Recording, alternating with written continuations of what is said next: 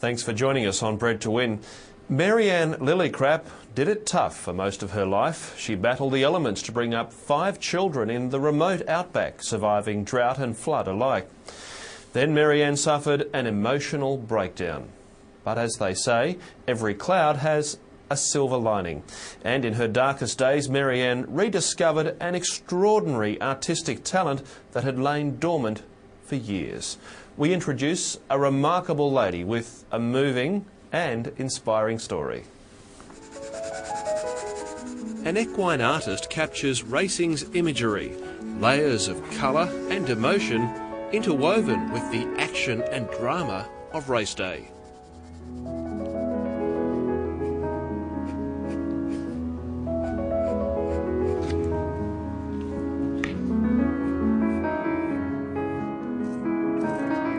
Maryanne Lillecrapp is now one of the leaders in the field.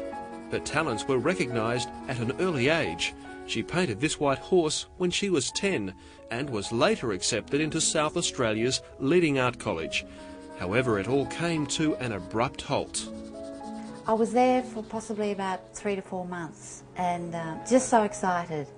And this particular day, my father said that he'd pick me up from the art school. He'd just finished at the abattoirs, at the market, selling the cattle. I said, okay, that would be terrific. And I had my first nude life drawing class with Nick Hyson was next to me, and I can remember it so clearly. And this bird walked out with nothing on. I thought, oh, coming from the Loretto convent. The strict upbringing. Oh, very strict. And I drew it. I couldn't believe it. I just drew everything beautifully, and I was commended for it. So I put it in my folder, and in those days we only had 2 bits of cardboard together. We didn't have the zips that we've got today.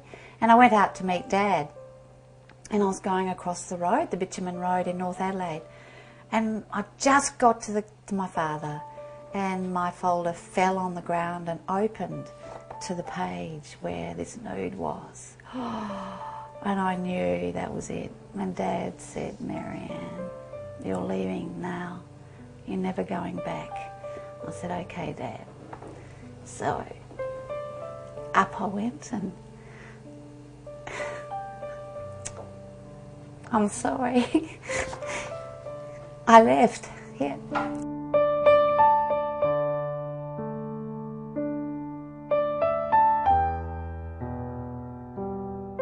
Maryanne then spent 33 years in the art wilderness.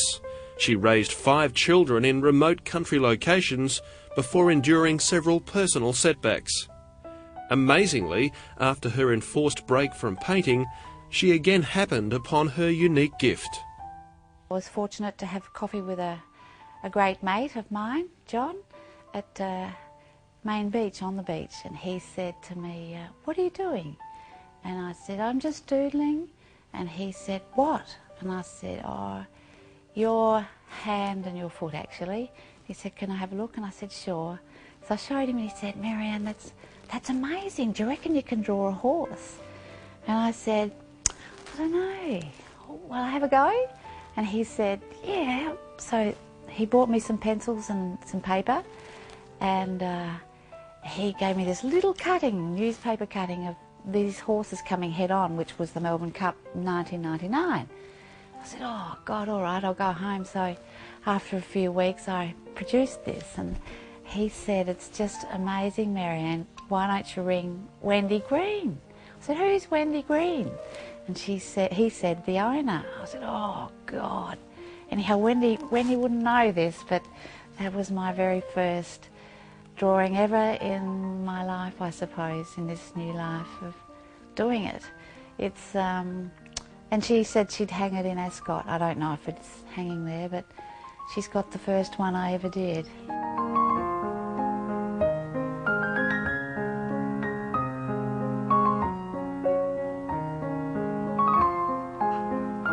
From Rogan Josh came paintings of some turf luminaries. In 2001, she zoomed in on pin-up mare Ethereal and her New Zealand owners. Peter Vella's just an amazing man. We've never met. He's been so inspiring. He wouldn't know that either. I feel as though I know him so well, and he wouldn't know that either. I've never met Ethereal. I met Scott Seamer 2 weeks ago. That was lovely. Sheila Laxon I've met once. But getting back to Ethereal, I somehow got to ring him at 2:30 just after the Melbourne Cup, and he said, "It's Peter Vella speaking." I thought, oh God. I said, "Peter, look, I've done a few paintings in my... Oh, congratulations on winning the Cup. I've done a few paintings lately, and I'd love to paint Ethereal winning the Melbourne Cup." And he said, "Oh, Maryanne, send them over with the rest of the artists around the world and we'll put it in the pool." And I thought, oh, great. He said, "Can you, send it over quickly?" And I said, "I'll do my best just to get it over there." So I sent it over there. And then a week later he phoned he was on his way to London, and he said, "Maryanne, your work's beautiful." He said, "I in particular like Star Covet, that's with Jason Taylor. And Ken Rose commissioned me, or they both commissioned me to do it." And I said, "Do you, Pete?" He said, "Yep." He said, "Have you got anything of Ethereal?" And I said, "Well, from the local rag, we've got a black and white shot here," and I described it to him. He said, "Well, you need a bit of colour." And I said, "I do, Pete." Excuse me. And he said, "Well, I'll send over a coloured shot of Ethereal for you. Can you start it yesterday?" And I said, "Oh, thanks, Peter, I'll have a go." Well, the photo was that big of Ethereal grazing in the paddock. Excuse me. And I was floundering. I didn't want to ring him again or anyone. So that's when I said to my mates, "What am I going to do?" And they said, "Sky Television." Whew.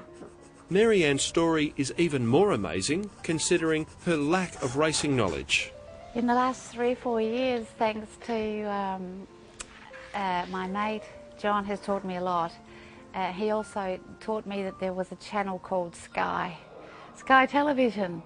And when Peter Vella commissioned me to paint, I hadn't seen a coloured shot of Ethereal. And everyone that's supporting me here in Noosa said, we've got to get Maryanne Sky so she can see. And so Sky Television's been my university degree in racing knowledge. Yeah, in racing knowledge. Fantastic. I've learned about furlongs. I've learned about weight.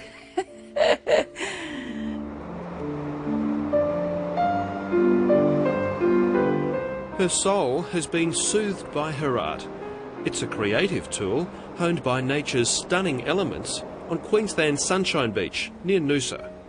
If I'm running along and I'm thinking, from watching Sky, I see the sheen coming down and around the legs, and I know where to put the depth, and I'm working all of that out. And so then I'll go down onto the beach and I'll run, and in my mind I'm thinking that where I can do it.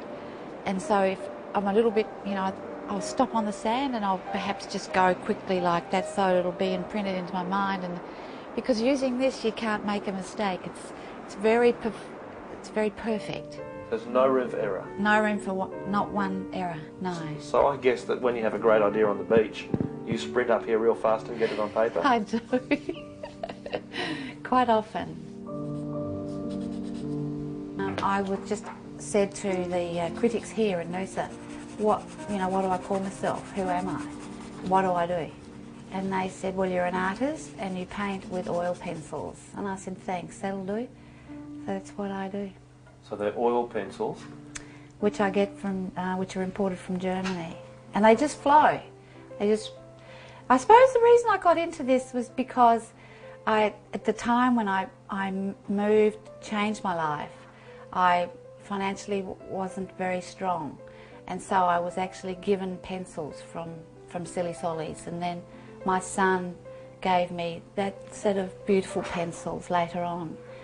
And so I managed to use the tools that I had to create Wendy Green's painting.